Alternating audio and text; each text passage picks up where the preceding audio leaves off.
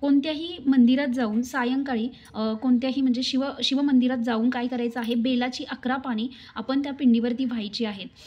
यथाशास्त्र दर्शन घ्यायचे आहे आणि शंकराला प्रसन्न करून शांती, समाधान, सुख, संपत्ती प्राप्त करण्यासाठी जी इष्टकामना असेल ती बोलून पूर्ण व्हावी यासाठी शिवलीला पोथीचे पारायण 7 दिवसाचे पारायण करणार आहे.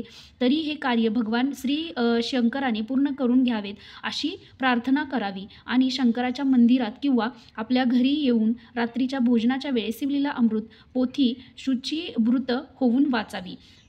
सोमवारी पहिलं काय करायचं, तुम्हाला पारायण सुरू केल्यानंतर सोमवारी अध्याय 1 आणि 2 वाचायचा आहे. मंगळवारी अध्याय 3 व 4 वाचायचा आहे. बुधवारी अध्याय 5 व 6 वाचायचा आहे. गुरुवारी अध्याय 7 व 8 वाचायचा आहे. शुक्रवारी अध्याय 9 व 10 वाचायचा आहे. शनिवारी अध्याय 11 व 12 वाचायचा आहे. रविवारी अध्याय 13, 14 व 15 असे वाचायचे आहेत. शिवलीला अमृत पोथी करताना फक्त 14 अध्यायच वाचावेत. 15वा अध्याय वाचला तरी चालेल, नाही वाचला तरी चालेल.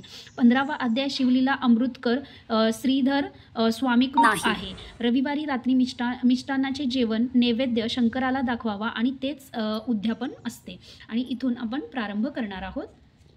शिवलीला अमृत अध्याय 1 वाचन करताना जर आपल्याला म्हणजे जमत नसेल 7 दिवसाचं पारायण, तर तुम्ही श्रावण महिन्यामध्ये रोज 1 अध्याय वाचून सुद्धा म्हणजे तुम्ही असं पारायण न करता दररोज असं सप्ताहासारखं तुम्ही श्रावण मासामध्ये तुम्ही हे वाचू शकता. सकाळी वाचू शकता किंवा सायंकाळी सुद्धा तुम्ही ही पोथी वाचू शकता. असं काही त्याचं नाही आहे. एकदम साध्या पद्धतीने पूजा कशी मांडावी, पूजा कशी करावी, आपल्या भोळ्या शंकराला महादेवांना कसं प्रसन्न करावं हे थोडक्यात मी सांगितलेलं आहे. असे तुम्ही पूजा करून महादेवांना प्रसन्न करून घ्यावेत.